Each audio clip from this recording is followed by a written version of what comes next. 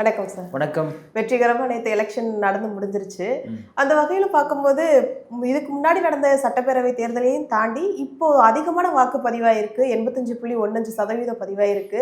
அதை எப்படி நீங்க பாக்குறீங்க? ஏன்னா இது வரைக்கும் இவ்வளவு தூரம் பதிவானது கிடையாது தமிழ்நாட்டு வரலாற்றிலேயே. ஆமா, இப்போ தமிழ்நாட்டில் உண்மையாவே இது பெரிய ஒரு மாற்றம் தான். சில பேர் சொல்றாங்க இது பெருசான மாற்றம்லாம் ஒன்றும் கிடையாது. சாதாரணமா 20 லட்சம் பேருக்கு மேலே எக்ஸ்ட்ரா ஓட் பண்ணியிருக்காங்க. அப்போ பெரிய ஒரு மாற்றம் தான். இது பெருசாக இல்லை அப்படிலாம் சொல்லக்கூடாது. எஸ்ஐஆர்னு நீங்கள் பல காரணங்கள் சொன்னாலுமே அதுக்கப்புறம் பின்னாடி வரலாம். இப்போ நம்ம இதை பார்க்குறோம் இல்லையா? குறிப்பாக 2011 பார்த்தீங்கன்னா 78.2 விழுக்காடு வாக்குகள் அதிகமாக இருந்தது. அதுதான் உங்களுக்கு அப்போ ஹிஸ்ட்ரியாக இருந்தது. என்னன்னா 2011 அதன் பிறகாக 2021 கம்மியாகுது. இப்போ இவங்க சொல்கிறாங்க இல்லையா, பிஜேபி மோடி எதிர்க்கிறதுக்காக எல்லாரும் இருந்தாங்க அப்படிலாம் பெருசாக ரியாக்ட் ஆகலை. ஓட் பர்சன்டேஜில் 73.6%. இன்னைக்கு நம்ம பேசிட்டு கூடிய நிலையில் நமக்கு 85.15 விழுக்காடு வந்திருக்கு. அப்படின்னா இது பெரிய அளவிலான ஒரு மாற்றம் தான். இது உண்மையாகவே வரவேற்கக்கூடியது. இப்போ எஸ்ஐஆர்லேருந்து இத்தனை லட்சம் வாக்குகள் எடுத்துட்டாங்க, அத்தனை லட்சம் வாக்கு எடுத்துட்டாங்க. இது என்ன பெரிய சாதனையான்னு கேட்டால் சாதனை தான். ஒரு 12 விழுக்காடு அதிகரிக்கிறது சாதனை தான். இது சும்மாலாம் கிடையாது. இது ஏன் வந்துச்சு அப்படின்ற ஒரு முக்கியமான விஷயம் இருக்குது. உண்மையாகவே என்னன்னா, நான் 2 விஷயத்த பார்க்குறேன். ஒன்று, தமிழ்நாட்டினுடைய ஒட்டுமொத்த மக்களும் ஆட்சி மாற்றத்தை விரும்புகிறாங்க அப்படின்றத புரிஞ்சுக்க முடியுது. அதே போல் விஜயுடைய வருகை என்பது ஒரு பெரிய அளவிலான ஒரு தாக்கத்தை ஏற்படுத்தியிருக்கு. இப்போ ஆட்சி மாற்றத்தை விரும்பக்கூடியவர்கள் யாருக்கு வாக்களிச்சிருப்பாங்க, யாருக்கு வாக்களிக்கலன்றதெல்லாம் இப்போ நம்ம பேசக்கூடாது. அதுக்கான நேரம் இது கிடையாது. அதை அப்புறம் பேசலாம். ஸோ உண்மையாகவே ஆட்சி மாற்றத்தை விரும்பியிருக்காங்க அப்படின்றத புரிஞ்சுக்க முடியுது. ஸோ இதில் ஒரு மெயின் ஃபேக்டர் விஜயுடைய ஃபேக்டர். அதை நீங்கள் புறந்தள்ளிடவே முடியாது. இத்தனைக்கும் விஜய் அவர்கள் பல இடங்கள்ல போக வேண்டிய இடத்துல பிரச்சாரத்தை ரத்து பண்ணார். ஆனாலுமே கூட விஜய் அவர்களுக்கு தமிழ்நாடு முழுக்க பரவலாக ஒரு பெரும்வாரியான ஒரு வாக்குகள் வந்திருக்கும் அப்படின்றத நம்மளால யூகிக்க முடியுது. ஏன்னா நிறைய இடங்கள்ல பார்த்தீங்கன்னா விசிலுக்கு போட சொல்லிட்டு பரவலாகவே சொல்லாளர்கள் இருக்கு. ஏன்னா அந்த அளவுக்கு ஒரு தாக்கத்தை விஜய் ஏற்படுத்தியிருக்காரு. விஜயுடைய வருகை தான் பார்த்தீங்கன்னா இந்த ஓட்டை பெரிய அளவில் இன்க்ரீஸ் பண்ணியிருக்கு. ஸோ விஜய் வரல அப்படின்னு கேட்டால் மேபி உங்களுக்கு இது ஒரு 3 விழுக்காடு 4 விழுக்காடு ஒரு 2 விழுக்காடு தான் அதிகரிச்சிருக்கும். ஸோ விஜயுடைய வருகை என்பது இங்கே பெரிய ஒரு ரோல் பண்ணியிருக்கு. தமிழ்நாட்டினுடைய மக்கள் எல்லாருமே ஓட்டு போகிறதுக்கு ரொம்ப விரும்பி வாக்களிச்சிருக்காங்க. பெரும்பான்மையான பெண்களுடைய வாக்குகளை விஜய் அறுவடை பண்ணிருப்பார். இது ரொம்ப முக்கியமானது. உங்களுக்கு பாத்தீங்கன்னா விஜயுடைய வருகைக்கு முன்பாக நாம் தமிழர் கட்சிக்கு பாத்தீங்கன்னா வெளிநாடுகள்ல இருந்து வாக்களிக்கக்கூடியவர்கள் இருந்தாங்க. ஆனா விஜயுடைய வருகைக்கு பிறகு பாத்தீங்கன்னா நாம் தமிழர் கட்சிக்கு ஓட்டு போடக்கூடியவங்க வெளிநாட்டுல இருந்து வரவங்க வந்துட்டு தான் இருக்காங்க. அது டிஃப்ரெண்ட் கிடையாது. பட் விஜயுடைய வருகை அது அதிகரிக்குது. விஜய்க்காக நான் போறேன் அப்படின்னு சொல்லக்கூடியது ரொம்பவே அதிகரிக்குது. 2 விஷயம் இருக்கு. இங்க மாற்றத்தை விரும்பக்கூடியவர்கள் கண்டிப்பா திமுக அதிமுக ஓட்டு போட போறது கிடையாது.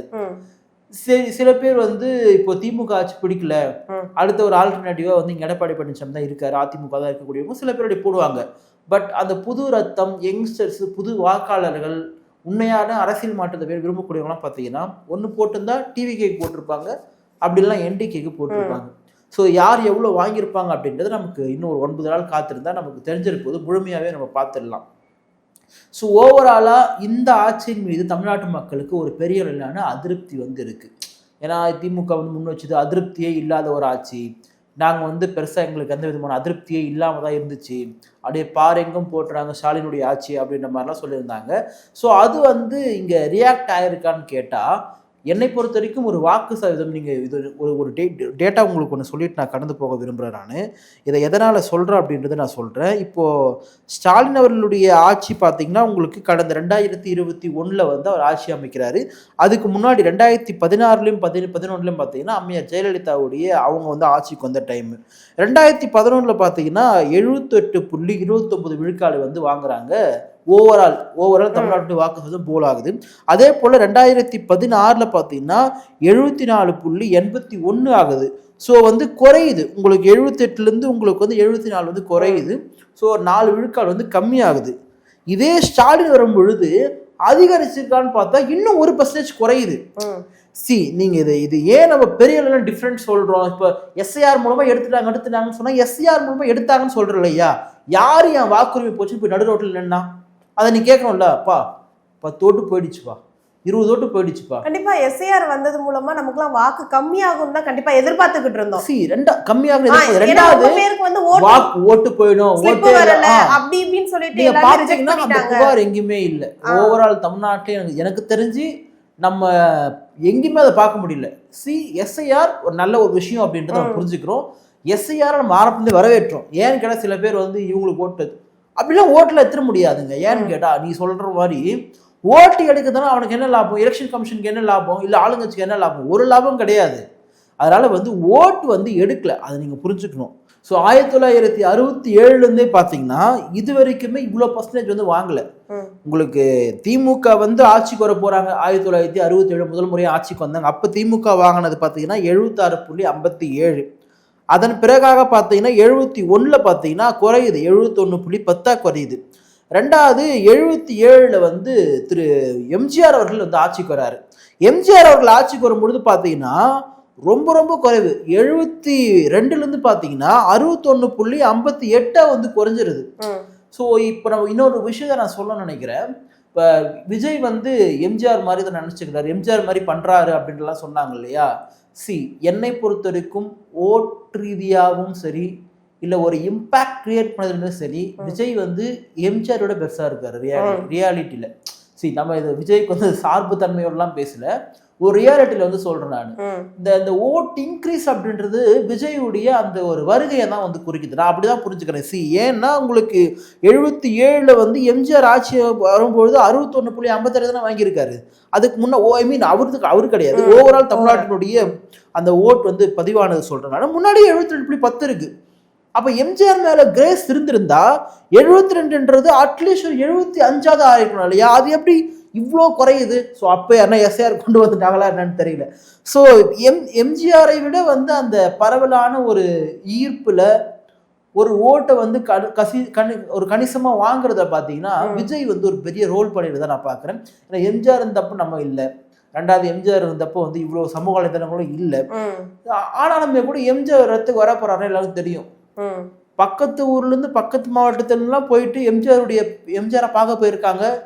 திரு சி.என். அண்ணாதுரை அவர்களுடைய பேச்சை கேட்கறதுக்கு போயிருக்காங்க. இதே தமிழ்நாட்டுடைய கூட்டம் தான். நான் சொல்லக்கூடியது இப்போ திருத்தணில் வந்து பேசுறாருன்னா திருவள்ளூர்லேருந்து ஊத்துக்கோட்டையிலேருந்து சென்னையிலேருந்து போய் திருத்தணிக்கு போய் பார்க்கக்கூடிய ஆட்கள் இருந்திருக்காங்க அந்த காலத்தில். அதனாலுமே பார்த்தீங்கன்னா எம்ஜிஆரை விட ஒரு அதிகமான ஒரு கிரேஸில் ஒரு நபராக வந்திருக்காரு. பட் என்ன ஒரு டிஃப்ரெண்ட் இருக்குன்னா எம்ஜிஆர் வந்த உடனே ஆட்சியை வந்து பிடிச்சாரு. விஜய் பிடிப்பாரான்றது அது ரிசல்ட் 9 நாளுக்கு அப்புறம் தான் வந்து தெரியும் விஜய் வந்து பிடிப்பாரா பிடிக்க மாட்டாருன்றது. ஸோ ஓவராலாக வந்து விஜயுடைய தாக்கம் என்பது ரொம்ப பெருசாக இருக்குது அப்படின்றது நம்மளால புரிஞ்சுக்க முடியுது. இந்த விஜயுடைய ரோல் இருக்கு இல்லையா, இது வந்து கொஞ்சம் எனக்கு சில இடத்துல வந்து என்ன இப்படி மாறி இருக்கேன்னு ஒரு அதிர்ச்சி ஏற்படுத்துது. ஏன்னா விஜய் மீது வைக்கக்கூடிய அரசியல் விமர்சனங்கள், அவருடைய தனிப்பட்ட வாழ்க்கை சார்ந்த பொதுவெளியில் வந்து விவாதங்கள், இது எல்லாமே மக்களுக்கு தெரியும். யாருங்க தெரியாமலாம் கிடையாது. இப்போ இதெல்லாம் தெரியாதுப்பா, அவர் அங்கே போனது யாருக்கும் தெரியாதுப்பா, கரூர் இன்சிடென்ட் தெரியாது, சிபிஐ பற்றி தெரியாது, ஜனநாயகம் பற்றி தெரியாது, அப்படி தெரியாமல் ஓட்டு போட்டாங்கன்னு சொன்னால் பரவாயில்ல. ஆனால் இது எல்லாமே எல்லாருக்கும் தெரியும். ஒரு ஆயா கூட தெரியும் வந்து என்ன நடக்குது அப்படின்றது. அந்த அளவுக்கு வந்து சமூக வலைத்தளத்தின் தாக்கம், டிவியுடைய தாக்கம், வீட்டுங்களை பேசுறது எல்லாமே பரவாயில்ல போயிருக்கு. இதெல்லாம் தெரிஞ்சு இவ்வளோ ஓட்டு வந்துடுது. நான் ஒரு நியூஸ் பார்த்தேன், ஒரு நியூஸ் கார்டில் ஐ திங்க் ஒரு டெலிவிஷன் சேனல் போட்டிருக்காங்க. ஒரு பாட்டி அம்மா வந்து ஓட்டு போடுறதுக்காக வந்து ஒருத்தங்களை பயன்படுத்தலாம். ஏன்னா அவங்களுக்கு முடியல அப்படின்னா அவங்களை கூட்டு போயிட்டு இதில் அமுக்க அப்படி சொன்னால் அவங்க வந்து அழுத்தலாம். இவங்க வந்து விசிலுக்கு வச்சு சொன்னாங்களாம், அவன் மாற்றி வேற எதுக்கு அழுத்திட்டு இருக்கான். அந்த ஆயா அங்கேயே கத்துறாங்க, நான் விசிலுக்கு தான் அழுத்த சொன்னேன், நீ ஏன் மாற்றி வந்து அழுத்துனன்றதை கத்துறாங்க. அதை நியூஸ் கார்டு வந்து போட்டிருக்காங்க. ஸோ அந்த அளவுக்கு அந்த விஜயுடைய தாக்கம் வந்து பெருசாக வந்து கிரியேட் ஆகிருக்கு. ரெண்டாவது பெண்கள், எனக்கு தெரிஞ்சு எந்த ஒரு அரசியல் தலைவர் மீது பெண்கள் இவ்வளோ ஒரு கிரேஸோடு இருந்து நான் ஓட்டு போட்டு பார்த்தது கிடையாது. எல்லாருமே வந்து விஜய்க்கு போட போகிறேன் சொல்லக்கூடிய அந்த ஒரு பெண்களுடைய வாக்கை வந்து விஜய் ரொம்ப கணிசமாக பரவலாகவே வாங்கியிருக்காரு. நம்மளை புரிஞ்சுக்க முடியுது. பட் அது எவ்வளோ வாங்கியிருக்காரு அப்படின்றத தேர்தல் ரிசல்ட்டில் வந்து சொல்லும். விஜயுடைய தாக்கம் ஓவரால் தமிழ்நாட்டில் இருந்துச்சான்னு கேட்டால் இருந்துச்சு. பட் வட மாவட்டங்கள் அது பெருவாரியாக இருந்தது புரிஞ்சுக்க முடியுது. என்ன அப்படின்னா வந்து பெருவாரியான வட மாவட்டத்தில் இருக்கக்கூடிய பறையர் சமுதாய மக்கள், வன்னியர் சமுதாய மக்கள் இவங்களுடைய வாக்குகளை விஜய் வாங்கியிருக்கார். ஐ திங்க் நான் முதல் முறையே அதை சொல்றேன். நான் அது வரைக்கும் அப்படி சொன்னது கிடையாது. நிறைய பத்திரிகையாளர் நம்ம கிட்ட சொல்லியிருக்காங்க விசிகா ஓட்டு போயிடுச்சு, பிஎம்கே ஓட்டு போயிடுச்சு சொல்லிட்டு. பட் நேற்று நடந்த அந்த சில விஷயங்களை வந்து பார்க்கும்போது நம்மளுக்கு கணிக்க முடியுது. ஸோ விஜய் வந்து வாங்கியிருப்பாரு அப்படின்னு சொல்லி நம்மளுக்கு கணிக்க முடியுது. ஏன்னு கேட்டால் சில பேர் வந்து அந்தந்த கட்சி மீது நம்பிக்கை இழந்தவர்களாக இருக்காங்க. இப்போ தலித் மக்களுக்காக சில கட்சிகள் இருக்கு அப்படின்னா அந்த கட்சிகள் பார்த்தீங்கன்னா அந்த மக்களிடையே செல்வாக்கு இழந்திருக்காங்க. அதை கூட்டணி வச்சு காம்ப்ரமைஸ் பண்ணிருக்கலாம், அந்த மக்களுக்காக பேசாம இருந்திருக்கலாம், இல்லை எல்லாத்துக்குமே வந்து கூட்டணி தர்மத்துக்காக கடைபிடிச்சு போயிருக்கலாம். அதனால வந்து அந்த மக்கள் மீது ஒரு அதிருப்தி வந்திருக்கு. அதே பார்த்தீங்கன்னா இங்க பழைய சமுதாய மக்கள் மட்டும் வன்னியர் சமுதாய மக்களுமே இங்க எல்லா ரீதியா பார்த்தீங்கன்னா ஸோ அவங்களுக்கு சில அதிருப்திகள் வந்திருக்கு. இவங்க எல்லாமே விஜய் வந்து பெருசா செலிப்ரேட் பண்றாங்க. அதை நம்மளால புரிஞ்சுக்க முடியுது. ஸோ பெருவாரியான தலித் குடியிருப்புகள், வன்னியர் சமுதாய மக்கள் குடியிருப்புகளில் விஜய் வந்து அதிகமான வாக்குகளை வாங்கியிருப்பார் அப்படின்னு சொல்லிட்டு நம்மளால புரிஞ்சுக்க வந்து முடியுது. ஸோ அது எவ்வளோன்றது ரிசல்ட் வந்து தெரியும். ஏன்னா இது ஏன் நம்ம பதிவு பண்ணுறோம் அப்படின்னா கடந்த முறை திமுக வந்து ஆட்சிக்கு வரும்பொழுது பார்த்தீங்கன்னா அதிமுக திமுகவுக்குமான அந்த வாக்கு சதவீதம் பெருசாக கிடையாது. ஐ மீன் வாக்கு சதவீதம் டிஃப்ரெண்ட்ல. அப்போ வந்து ஒரு பத்திரிகை வெளியிட்ட அறிக்கை என்னன்னா, ஏன் திமுக எப்படி ஆட்சிக்கு வந்துச்சு ஒரு 3%குள்ளதான்றப்போ வட மாவட்டங்களில் பெருவாரியாக பறையர் சமுதாய மக்கள் வந்து திமுக வந்து ஓட்டு போட்டிருக்காங்க. போன முறை வந்து ஓட்டு போட்டிருக்காங்க. அது வந்து பிரதிபலிச்சிருக்கு. ஒரு அடர்த்தியான வாக்கு வந்து வாங்கியிருக்கு. வட மாவட்டங்களில் திமுக அதிகமான இடங்கள் வாங்குறது. அதுக்கு மெயின் ரோல் வந்து விசிகா அப்படின்றது வந்து குறிப்பிட்டு எழுதியிருந்தாங்க. இப்போ முதலமைச்சர் பார்த்தீங்கன்னா அன்றைக்கு ஆட்சி அமைத்ததுக்கு பிறகாக நடக்கக்கூடிய அண்ணன் திருமாவுடைய பிறந்தநாள் மாடியில் போயிட்டு பேசுகிறாரு. நான் அமர்ந்திருக்கக்கூடிய 4 நாற்காலியினுடைய 4 கால்களில் ஒரு கால் வந்து விசிகா உடையது அப்படின்னு சொல்லிட்டு அன்றைக்கு இருந்த முதலமைச்சர் மு.க. ஸ்டாலின் வந்து பேசினார். ஸோ அந்த ஃபேக்டர் இன்னைக்கு உடஞ்சிருக்குன்னு சொல்றேன் நான். அந்த வட மாவட்டத்தினுடைய ஃபேக்டர் அப்படின்றது ஒரு நம்பிக்கையின்மை காரணமாக, அது பிஎம்கேக்கோ விசிகேக்கோ ஒரு நம்பிக்கையின்மை காரணமாக அது வந்து விஜய் பக்கம் மேபி திரும்பி இருக்கலாம் அப்படின்றத நம்மளால புரிஞ்சுக்க வந்து முடியுது.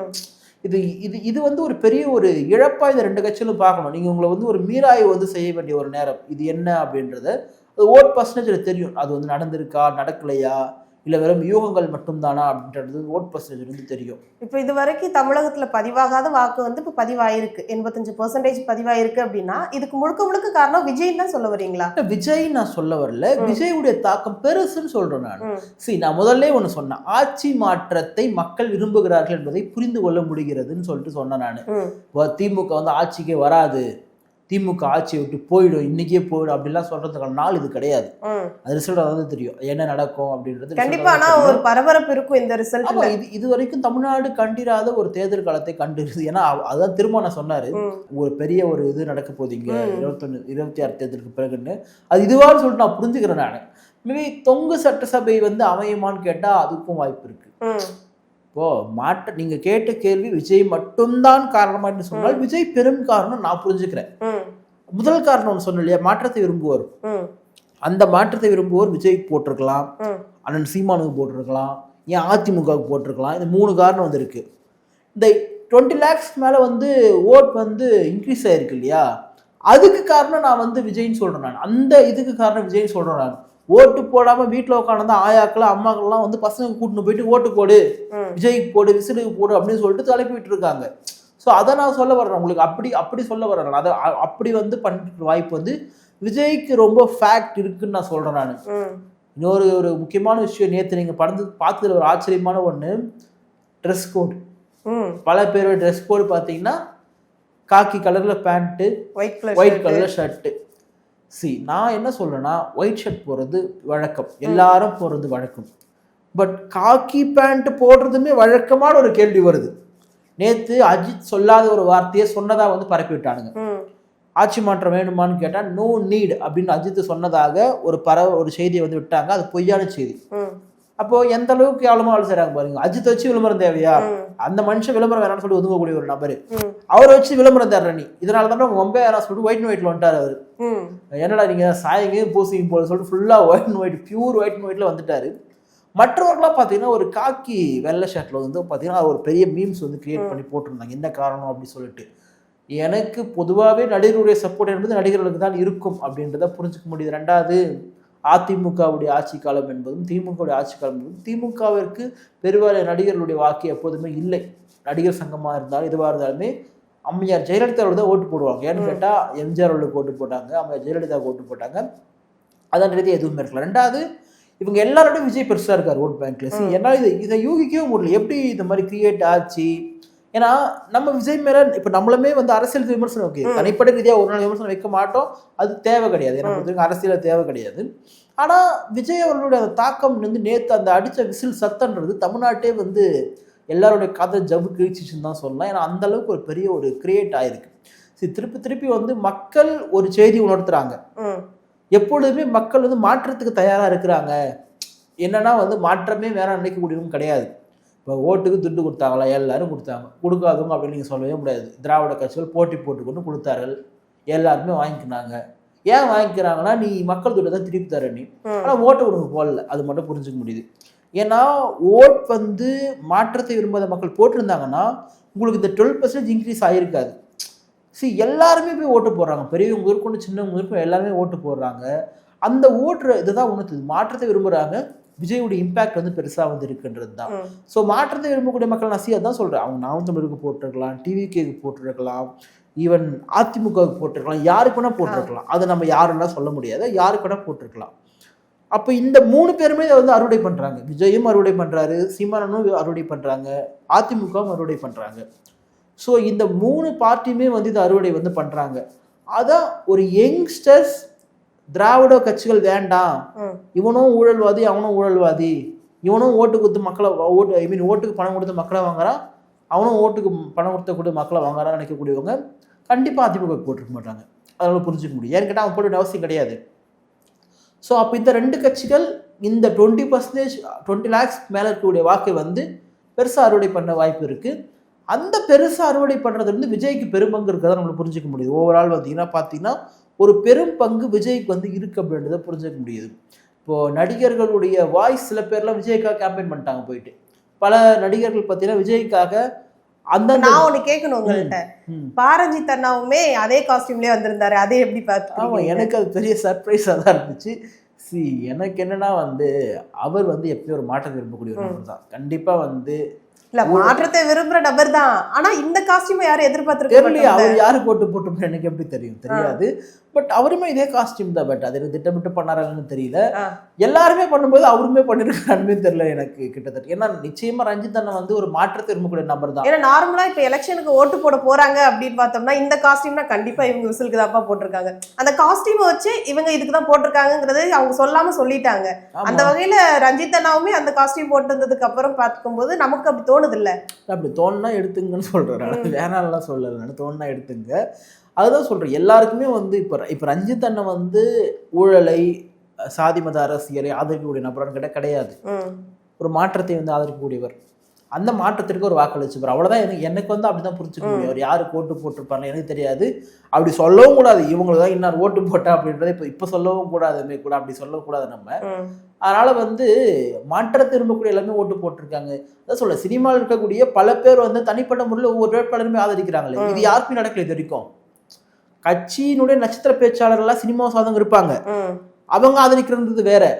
இங்க என்னன்னா நிறைய நடிகைகள் வந்து விசில போய் ஆதரிச்சு ஒவ்வொரு வேட்பாளரும் பிரச்சாரம் பண்றாங்க. இது எங்கேயுமே நடக்கலையே.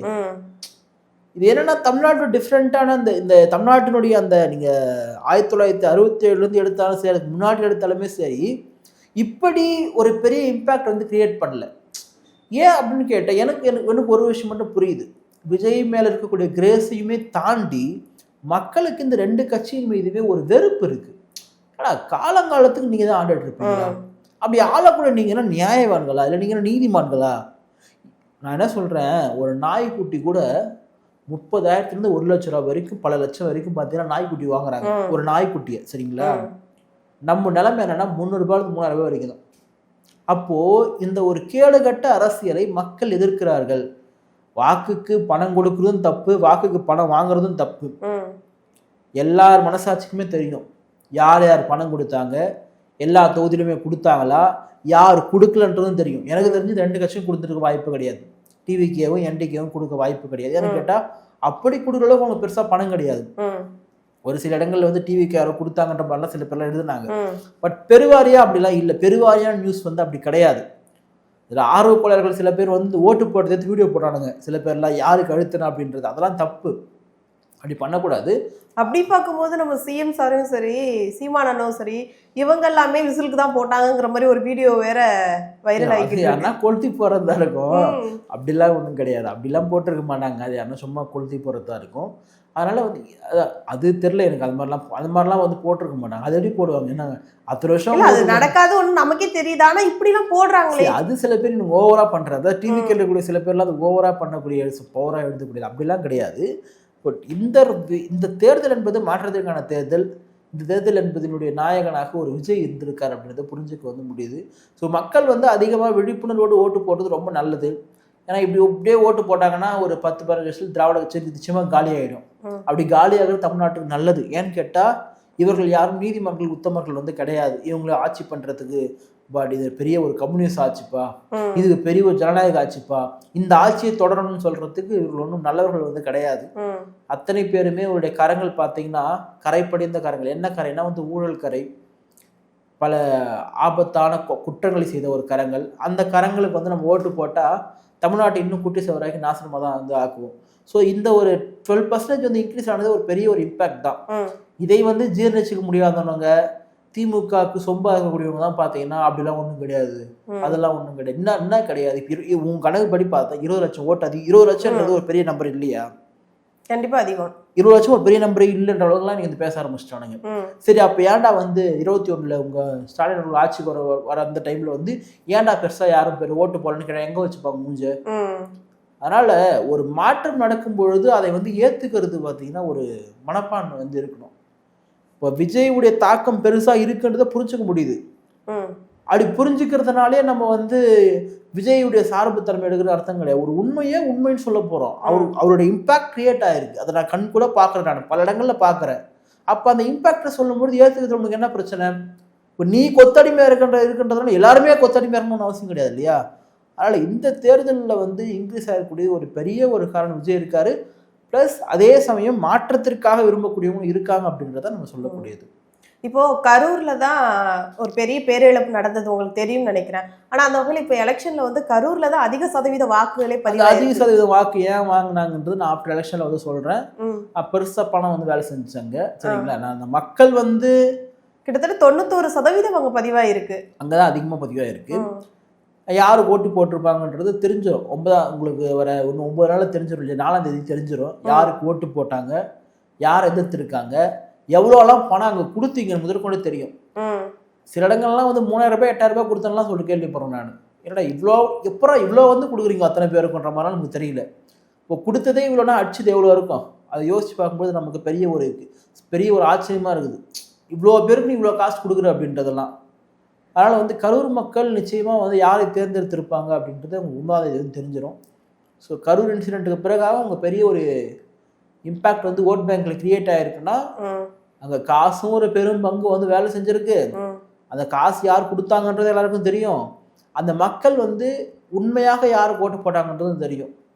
கரூர் இன்சிடென்ட்டுக்கு பிறகாகவும் விஜய் மேலே வந்து ஒரு பெரிய ஒரு கிரேஸ் குறையலை அப்படின்னா வந்து அது ஒரு லக்கி பர்சன் தான் நம்ம பார்க்க முடியுது. இவ்வளோ அலிகேஷன் இருக்குது, தனிப்பட்ட வாழ்க்கை அலிகேஷன், கரூர் இன்சிடென்ட், ஜனநாயகன் பிரச்சனை, பல விஷயம் வந்தாலுமே கூட வந்து அது எதுவுமே தேர்தலில் பெருசாக பாதிக்கல அப்படின்றத புரிஞ்சுக்க முடியுது. ஏன்னா மக்கள் வந்து அவரை விரும்புகிறாங்க, அவரை நேசிக்கிறாங்க, அந்த மனுஷன் கரெக்டாக இருப்பார்னு சொல்லி மக்களுக்கு தோணுது. நம்ம என்ன பண்ண முடியும்? பெருவரான மக்களுக்கு தோணுது அப்படின்னா நம்ம ஒன்றும் செய்ய முடியாது இல்லையா? ஸோ மக்கள் உள்ள ஆதரிச்சிருக்கிறாங்களா இல்லையான்றது உங்களுக்கு தெரிஞ்சிடும். 4ஆம் தேதி தெரிஞ்சிடும். அன்னைக்கு வந்து தெளிவாக பேசிக்கலாம் என்ன ஏதுன்றது. இப்போ வந்து இந்த எலெக்ஷனை வேங்கை வயல் வந்து மறுப்பு தெரிவிச்சிருக்காங்க, எலெக்ஷனுக்கு ஓட்டு போட மாட்டேங்கிற மாதிரி புறக்கணிச்சிட்டாங்க. அதை நீங்கள் எப்படி பார்க்குறீங்க? இல்லை, எலெக்ஷனுக்கு வந்து இவங்க மட்டும் கிடையாது, இன்னும் சில 2 கிராமங்கள் வந்து புறக்கணிச்சிருக்காங்க. இல்லை, வேங்க வயல் மக்கள் குறிப்பாக வந்து என்ன போகிறாங்க நியூஸ்லேயே வந்து ஒரு தரப்பு மக்கள்னு போடுறாங்க. ஒரு தரப்பு மக்களான தலித் மக்கள் வந்து புறக்கணிச்சிருக்காங்க. ஏன்னு கேட்டால் பாதிக்கப்பட்ட மக்களையும் நீ குற்றவாளின்னு சொல்லிட்ட. அப்போ நீ பாதிக்கப்பட்ட மக்களே நீ வந்து குற்றவாளின்னு சொல்லிட்ட, எந்த இது வச்சுட்டு வந்து ஓட்டு போடுவாங்க? எவ்வளோ பேர் அயோக்கித்தனம். அதாவது எங்கேயுமே நடக்காது. கேஸ் வந்து நான் பாதிக்கப்பட்ட சொல்லிட்டு கேஸ் கொடுக்க போனா பாதிக்கப்பட்டியா நீ தான் குற்றவாளி சொல்லிட்டு கேஸ் போட்ட அநியாயம் எங்கேயுமே கிடையாது. அது வந்து இங்கே நடந்துச்சு தமிழ்நாட்டில். அதனால அந்த மக்கள் புறக்கணிச்சிருக்காங்க. இன்னும் 2-3 ஊர் வந்து புறக்கணிச்சிருக்காங்க. அதெல்லாம் இந்த அரசுக்கு வந்து ஒரு அவமானமா இவங்களுக்கு தெரியலையா என்னன்னு புரியல எனக்கு. ஆட்சியில் வந்து ஓட்டே போட மாட்டேன்னு சொல்லிட்டு புறக்கணிக்கிறாங்கன்னா ஒண்ணுதான் அவமானம் அது. அதனால் வந்து அது நடக்கிறது. அது வந்து போன முறை கூட வந்து போன parliament election, I think parliament election வந்து ஆத்தியரிப்பட்டி அப்படின்ற ஒரு கிராமத்தை சார்ந்து ஒரு தரப்பு மக்கள் வந்து புறக்கணிச்சாங்க. ஸோ அது வந்து எல்லா இடத்துலையும் நடக்கக்கூடியது தான். அது இந்த அரசில் 2 இடத்துல எக்ஸ்ட்ரா நடக்குது. அது இவங்களுக்கு தான் அவமானம், இவ்வளோ தான் அசிங்கம் அது.